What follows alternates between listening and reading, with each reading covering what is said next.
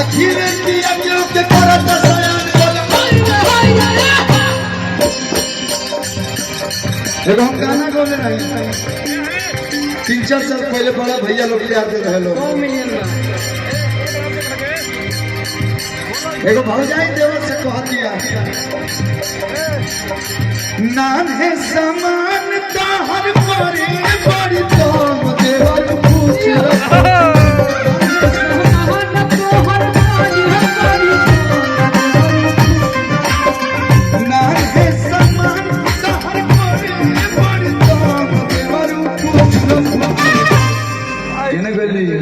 ए देवरू फुचुरा फुचुरा लेके पिचकारी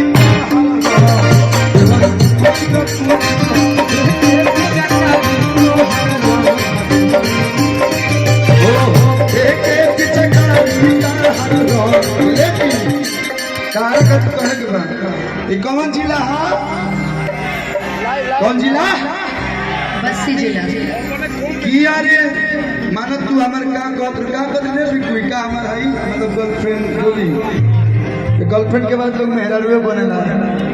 तो ये लोग हमारे भाई हलो